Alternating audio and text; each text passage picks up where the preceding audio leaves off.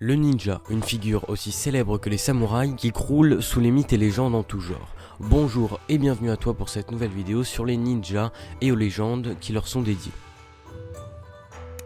Alors on commence. Le vrai ninja japonais d'un point de vue historique est un guerrier de l'ombre qui travaillait pour le shogun à l'époque féodale en tant que mercenaire. Pour ceux qui ne savent pas, le shogun en japonais ça veut dire général, c'est celui qui détenait le pouvoir militaire et civil du Japon. C'est un expert en ninjutsu, mais attention, le ninjutsu c'est pas ça.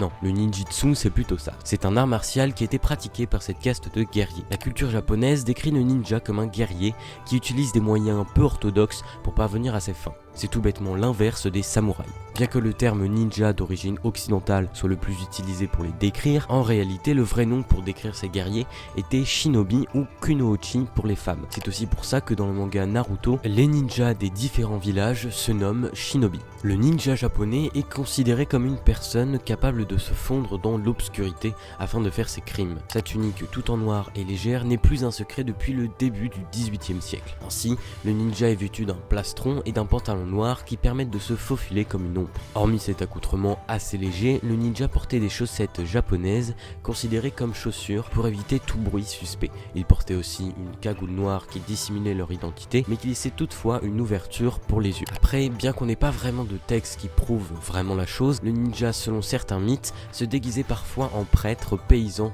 ou encore villageois pour faire de l'espionnage et semer le trouble dans les villages. Et maintenant, on va parler un petit peu de l'arsenal shinobi, qui n'avait pas la chance d'avoir un Sharingan, un mode ermite ou encore des invocations en tout genre pour se battre. Parce que les vrais ninjas, leur arsenal était beaucoup plus basique et pauvre que ça.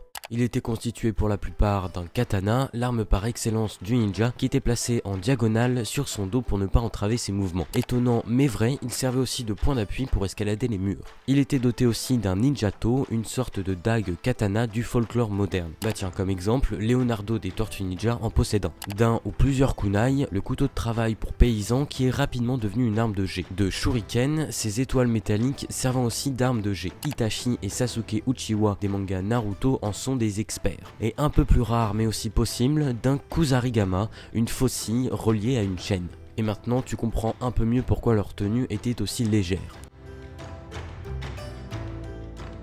Le ninja avait une mission bien spécifique, celui du renseignement. Par conséquent, revenir vivant était une priorité, ce qui implique l'abstraction de tout combat à risque, donc en gros loyal. Il utilisait donc des techniques d'esquive et de défense pour fuir le combat. Car lorsqu'il n'était plus possible d'utiliser ses armes ou de fuir, le ninja était contraint de combattre à main nue. C'est alors qu'il avait recours au taijutsu, une compétence martiale pour le combat rapproché. Pour faire court, c'est une technique corporelle permettant la projection de ses adversaires, la pression des points vitaux, l'étranglement, etc. Il y a eu dans l'histoire médiévale plusieurs grandes écoles de ninja, comme l'école Iga-ryu, originaire d'Iga, actuellement nommée préfecture de Mie, qui entraînait les apprentis ninja dans l'art de l'espionnage et de l'assassinat. Pendant la période de trouble où les clans étaient en guerre, Iga avait besoin de membres furtifs pour maintenir son indépendance territoriale. Parce que ce guerrier de l'ombre était un agent secret, il est difficile d'avoir des archives à leur sujet. Et pourtant, certains ninjas du monde sombre se sont distingués. Parmi eux, on peut citer Momochi Sondayu, célèbre pour avoir enseigné que le ninjutsu doit être utilisé seulement pour sauver la vie d'un ninja ou alors pour protéger son seigneur. Ou encore le grand Fuma Kotaro, dont la légende raconte qu'il serait le meurtrier d'Hattori Hanzo, un célèbre samouraï. Et pour finir, je vais répondre à la question que je me posais et que toi tu te poses peut-être à cet instant. Est-ce que les ninjas existent toujours? Bah, ma réponse c'est oui et non. Je m'explique, un ninja c'est un meurtrier et un assassin. Dans notre société actuelle, il n'est pas très recommandé d'en être un. Et surtout au Japon, qui est quand même considéré comme l'un des pays les plus sûrs du monde. Cependant, il reste bien des descendants de vrais ninjas qui seraient donc nommés comme tels.